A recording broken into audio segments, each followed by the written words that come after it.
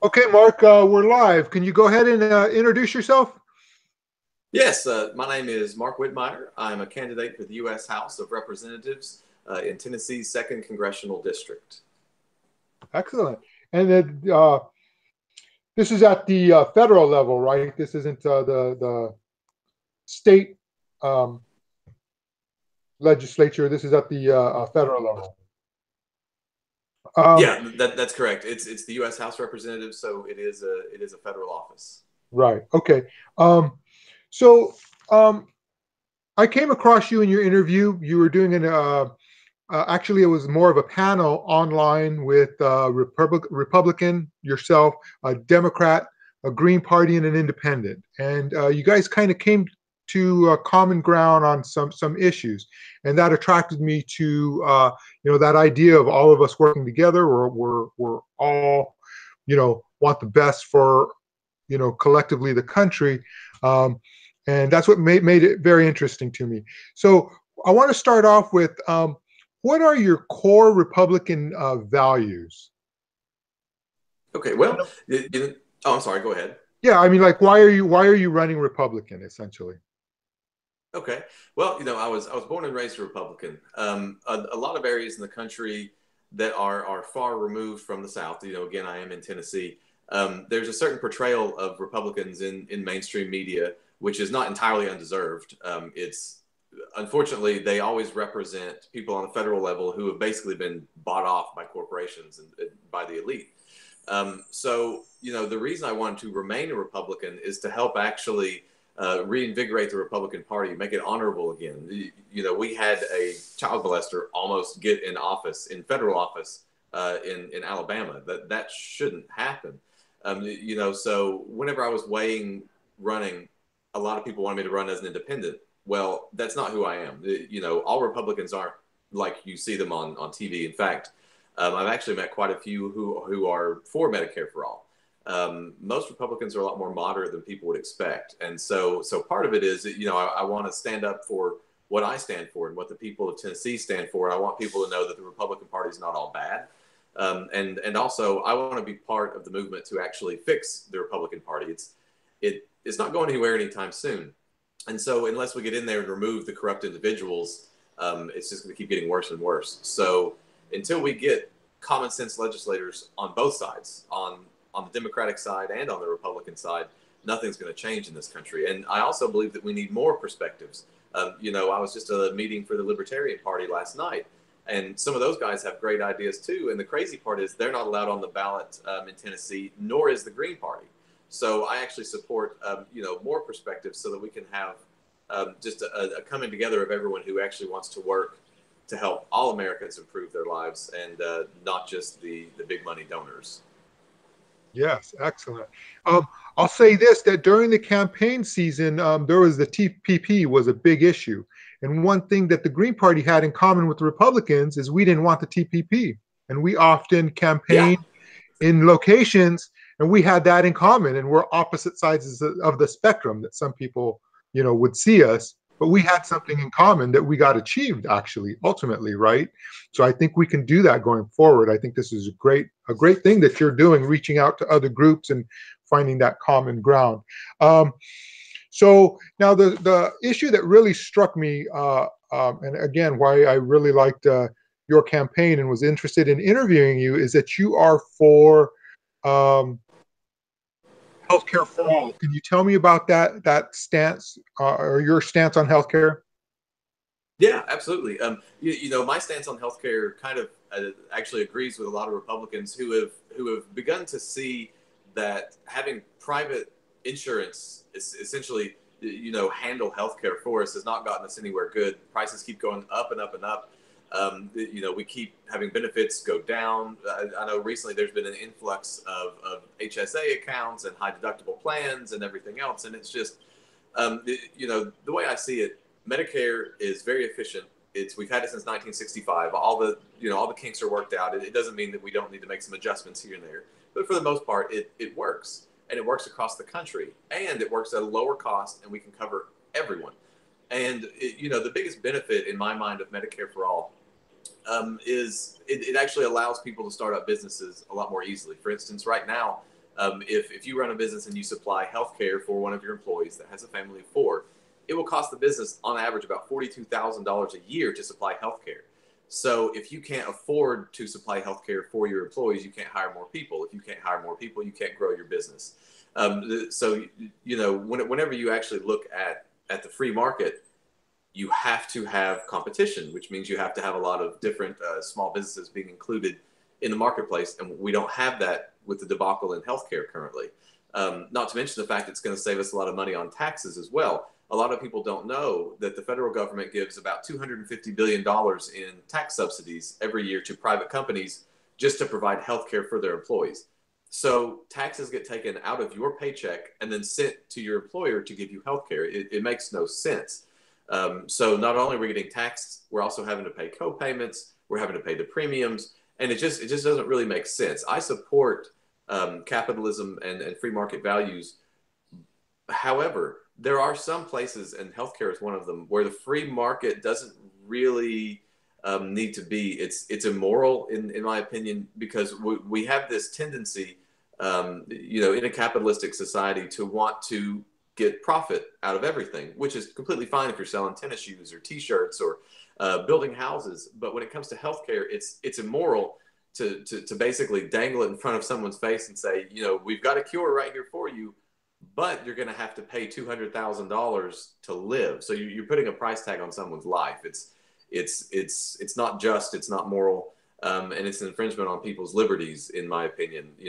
We've got enough in this country to provide everyone with health care, especially if we make some common sense decisions and trim the fat off of other programs. For instance, military spending is way overblown. So if we can cut down on that some, bring in tax dollars from corporations, hiding it in tax shelters overseas. I know in 2014, we lost about $90 billion in taxes to overseas tax shelters. That's not even counting the money that we lost to tax loopholes that corporations exploit constantly. So, and then on top of that, we have between $9 to $17 trillion in savings in about a decade if we switch to Medicare for all entirely from the privatized health insurance companies. So there's plenty of savings and there's plenty of benefits that we can have through Medicare for all. Now's the time to stand up for it. We've seen people across the nation, whether Republican or Democrat, shouting down the representatives in town halls. In fact, the seat I'm running for, the representative that's currently holding that seat, wouldn't even have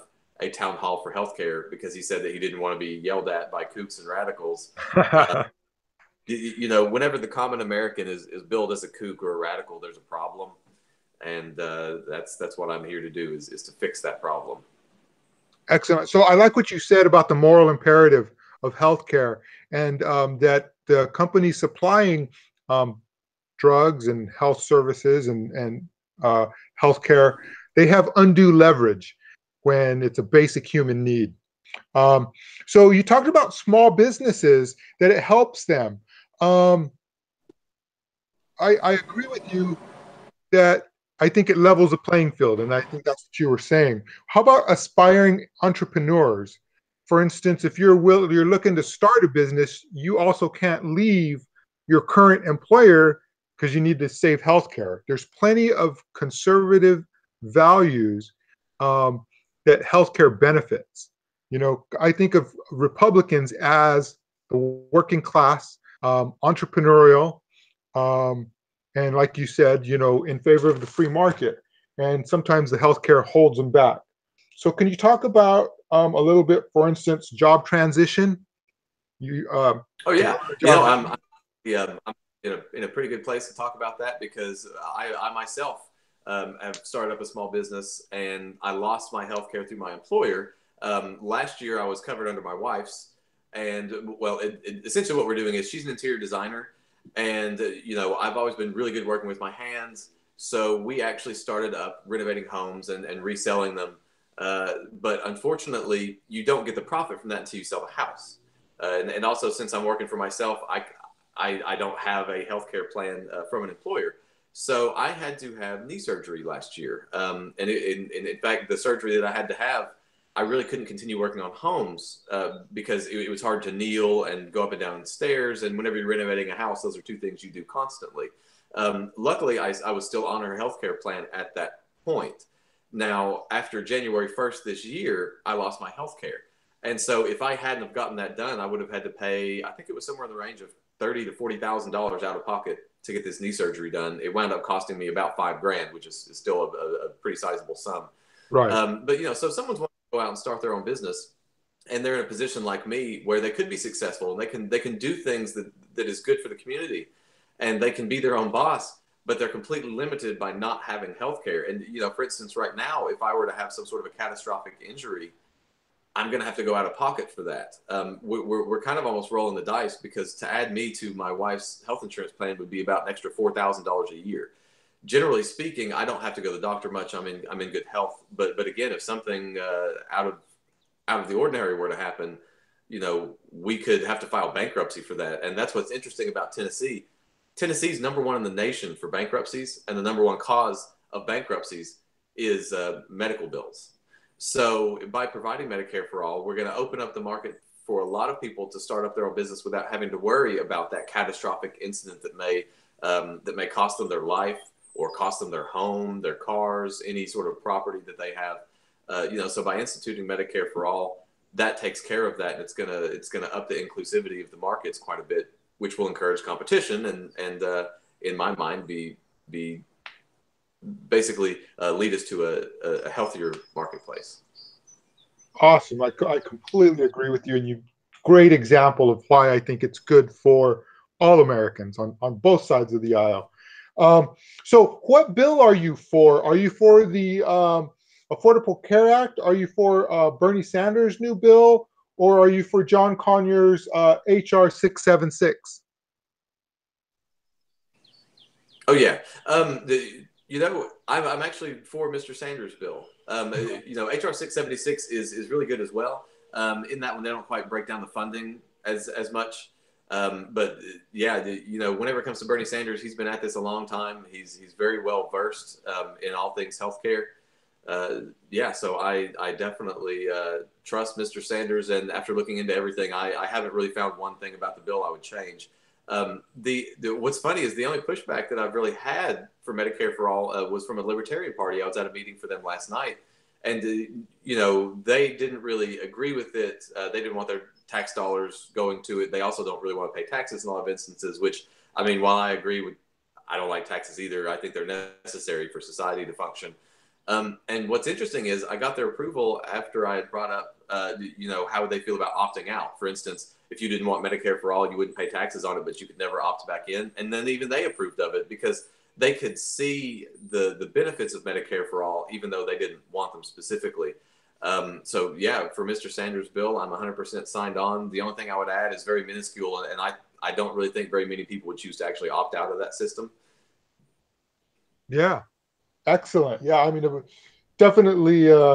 I knocked on doors for Bernie, so I definitely like his proposals. Um, so, do your ideas resonate with Republicans? You've been out there talking to people. Do Republicans really respond well to your ideas of Medicare for all? Yes, it's surprisingly well. I actually expected a lot more pushback than I've been getting. And in fact, the only real problems that I've had with talking about Medicare for all is basically some of the preconceived notions that people have had because of negative propaganda that's been put out against it. For instance, a big one I get is, oh, well, I don't, it's good in theory, but I want to be able to pick my doctors. And so after I explain, currently in Medicare, you pick your own doctors. It's not like the NHS that the UK has. They don't tell you where to go. They simply say, here is your Medicare for all. Here is your insurance. Pick and choose where you want to go. So as long as the doctor accepts Medicare, which 98% of healthcare providers in this country do, you get to pick your own doctor. And one of the other big ones is people say, oh, it's socialized medicine. I kind of point out that, it's not. Military TRICARE, which, I'm an Army veteran. TRICARE in the military is socialized medicine. The government owns the healthcare facilities. They hire the doctors. They pay for the healthcare. So that's fully socialized medicine. Interestingly enough, it's also the highest ranked healthcare in the nation. But Medicare for all is basically the same system we have now. Doctors are still going to work on a free market capitalistic system. They can compete to have the best treatments and offer the best services. and people get to choose where they want to go. The only difference is the tax dollars that we already pay into Medicare. Each and every American that receives a paycheck pays into Medicare. They just can't use it until they're 65. Well, now you'll have access to it. And once I explain, those are kind of the two big ones. Once I explain that to them, they're pretty much completely in agreement. Sometimes they'll question the costs, and I just bring up the fact that insurance companies are acting as a middleman, and it's for profit. So if you hand them $100, they're taking a piece of that, and they're keeping it for themselves. Whereas Medicare doesn't do that. Medicare has about 2% overhead, and private healthcare insurers used to have about 35% overhead. The Affordable Care Act actually required them to cut that down to 20% overhead. So basically, they're shortchanging us in other ways to kind of recoup some of those profits. And you'd asked about my approval about the ACA. It was kind of an okay half measure, but it didn't really do enough because we still have about 31 million Americans that don't have health care, even with the ACA, myself being one of them. It's an interesting place I'm in. Since I'm in Tennessee, and Tennessee did not take the the Medicaid expansion, I don't have health care because of that. The only way I can have health care is to literally have children in Tennessee. That's one of those stipulations. You have to have children to get on Medicaid if you don't qualify for Medicare. Beyond that, here I am just kind of blowing in the wind basically when it comes to health care. Yes. Well, I definitely like your stance on healthcare. At the beginning of the interview, I meant to ask you to give a little bit about your background, and you mentioned that you were in the military. Can you go ahead and give us a little bit about your background and maybe talk about your military career? Certainly. I signed up for the U.S. Army in 2006. I actually was the fifth generation of men in my family to do so. I was a biomedical technician in the U.S. Army, which means essentially work on medical equipment. It was a 13-month training program. It was incredible because whenever I got released from active duty in the military, within 2 weeks, I had a job on the civilian side doing the exact same thing that I did in the military, which is really handy. A lot of people in the military, whenever they leave, don't really have a job that's actually ready for them. So that's why we see an issue with poverty and homelessness among veterans, or part of the issue, of course. Mental issues are another big part of the problem of homelessness in veterans. But anyhow, so I got out and I immediately transitioned to the civilian side with the same job. So I worked in both the military healthcare and the private side commercial healthcare for a medical device manufacturer. So I've had a really in-depth view into healthcare for going on 12 years now. So that insight, whenever I went in, I actually was not for a universal healthcare system, a single payer system. I was actually against it, which is part of my growth as a person and as a Republican. I used to be really far right.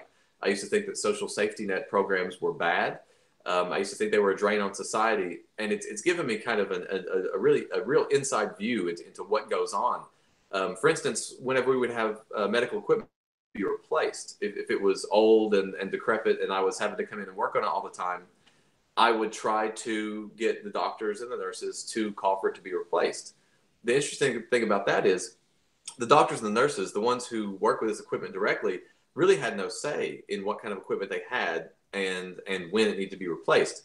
I would be directed to the CEOs and the CFOs of the hospital to have to sell them on why we should replace this equipment whenever all they wanted to do was provide facelifts to the hospital, marble floors and granite countertops and high-priced artwork all over the place to bring in more customers so they could make more money. It really was an interesting glimpse into everything, and that actually led me in part to volunteer my time previously to trying to get money out of politics. A lot of the issue here we have is with lobbyists paying money to our representatives, who then represent the lobbyists and the corporations that the lobbyists work for, instead of the American people.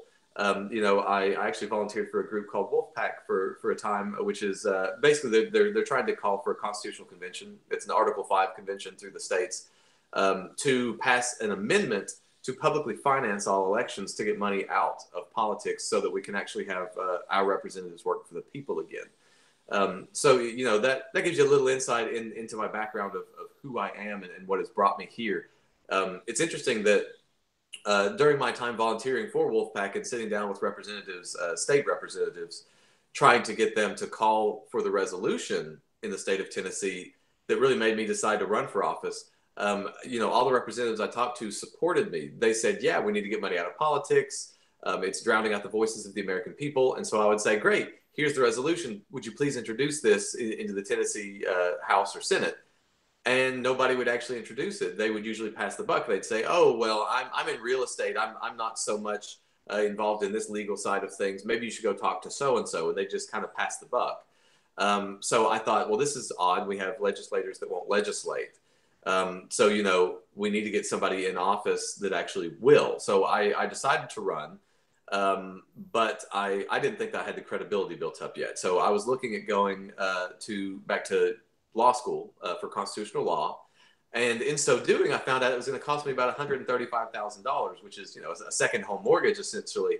And the interesting part is, on top of that, my GI Bill, I couldn't use because it was graduate education. You can only use the $66,000 or so in the GI Bill to pay for undergrad education. So right in the middle of this, Donald Trump was elected, and I thought, okay, we've got a reality star that just got elected into the Oval Office. So maybe I don't actually need to go back to law school and get in debt for all this. And so right around that time, I found out about the group called Brand New Congress, who I'm endorsed by. Brand New Congress was actually started up in 2016 by Bernie Sanders staffers once he lost the primary election. And they wanted to get money out of politics and get individuals, working class individuals, elected into office all across the nation into federal office. So everything just kind of came together at the same time and really set the narrative for me to actually step in and run for office. So that's kind of the short and sweet of my background about why I'm actually running and how I got into this position. I couldn't have done it without Brand New Congress. The help that they give us on a national level is unequaled thus far that I've seen anywhere in the political spectrum. Wow, that's impressive. So the Wolfpack, was that a part of the TYT's Wolfpack? Is that the Wolfpack you're talking about with Cenk Uygur? Yes, that is the one and the same. And the interesting thing about Wolfpack is it's actually nonpartisan. They had Republicans and Democrats working toward the same goal. About, I think it was 96% of Americans actually want to get money out of politics. It breaches party lines. Everybody knows that as long as our representatives are paid off, our voices will not be heard. And, a lot of Republicans want to work with Democrats on things. They just know that we've got to get the money out of politics first, because whenever you have the two establishments, of the Republicans and the Democrats, we really only have one party because they're paid off by the same people. Right. And so you're also talking about repeal. I think their objective was to repeal Citizens United, right? Yes. Well, it was kind of multifaceted. We wanted to overturn the decision of Citizens United, the McCutcheon decision, the SpeechNow.org versus the FEC, all of those kind of chip away at our rights, and they destroy the campaign finance system, and they legalize bribery. So there are actually quite a few different points that Wolfpack is hitting. Beyond that, they also want to publicly finance elections. Now, granted, that may have changed. I believe they've been tweaking it slightly. I haven't been involved with them in a little while. Once I moved down here and started renovating the home that we're in currently, I didn't really have as much time to put into that. I was working with them more whenever I was employed with the medical device manufacturer I worked for previously. So again, don't quote me on that one. Some things may have changed slightly, but at the time, that's exactly what they were pursuing. Overturning Citizens United and getting publicly funded elections, and basically just blocking dark money and the big money interests from our campaign systems. Excellent. Well, it sounds like you're doing great work. And then you mentioned the cost of education. Can you maybe tell us your stance on education, since it's something you know something about? Oh, yeah. Well, I'm actually for tuition-free education for colleges, universities, and trade schools. Trade schools get left out of the fray quite often. And what's funny, I was at a meeting recently. I wish I could remember which meeting it was. But someone brought up the fact that currently, for every 5 plumbers who retire, they're only replaced by 1 plumber. Because a lot of people just, they're either not interested in trades like that, or they can't afford to go to school for that. So we've really got to focus not just on higher education in the arts and history and everything else, but we've also got to focus on trades. And a lot of people that want to pay for tuition, or that want to handle tuition for all citizens, kind of leave out trade schools. So I try to boost that one quite a bit. And also, a lot of people don't know Tennessee actually has a program that covers the first 2 years of school for all adults in Tennessee. So all you have to do is graduate high school, and community college is entirely paid for.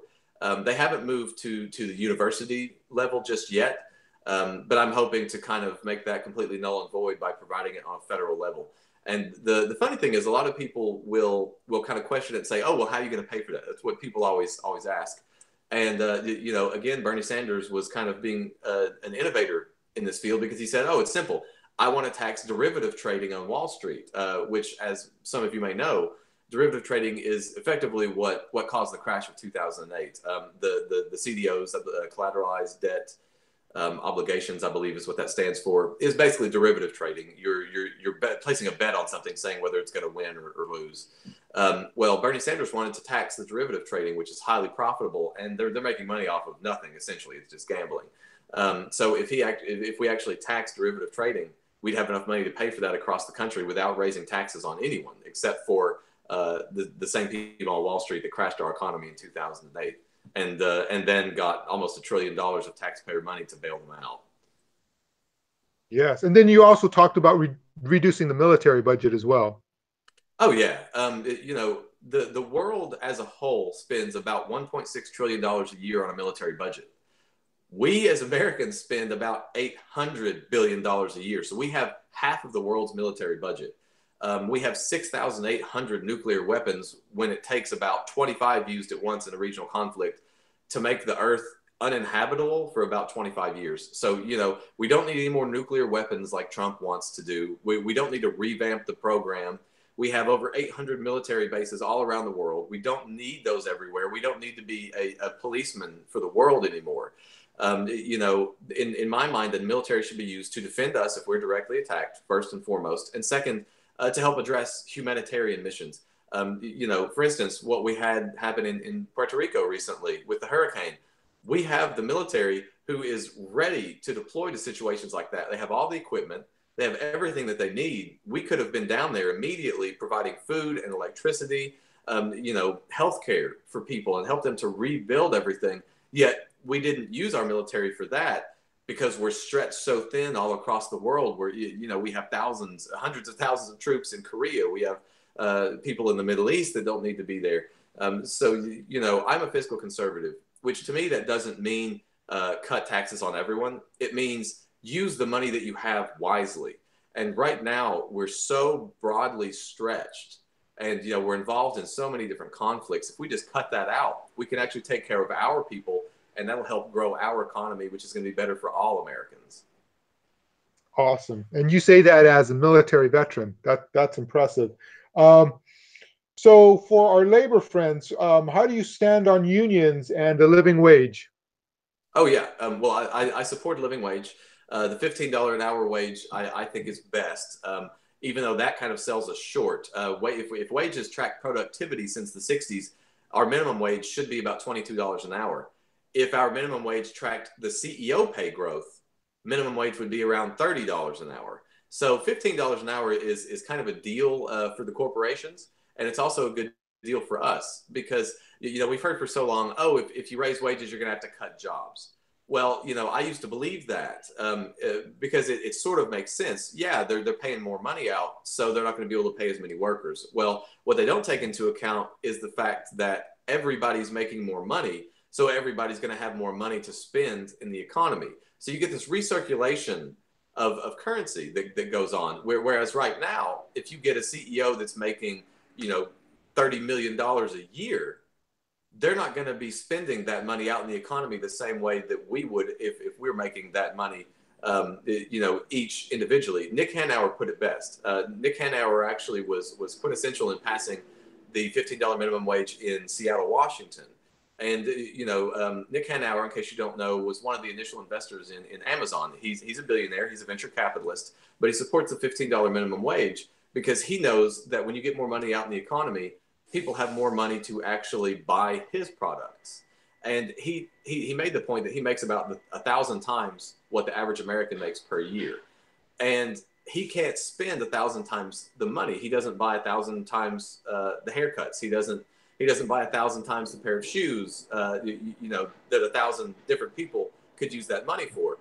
So whenever we actually pay more money to everybody, we get more money recirculating in the economy. And as a side benefit, we don't have people that have to work 2 and 3 jobs anymore just to pay their bills. So, if we have somebody that holds 2 jobs and all of a sudden they make $15 an hour and they quit one job, what happens?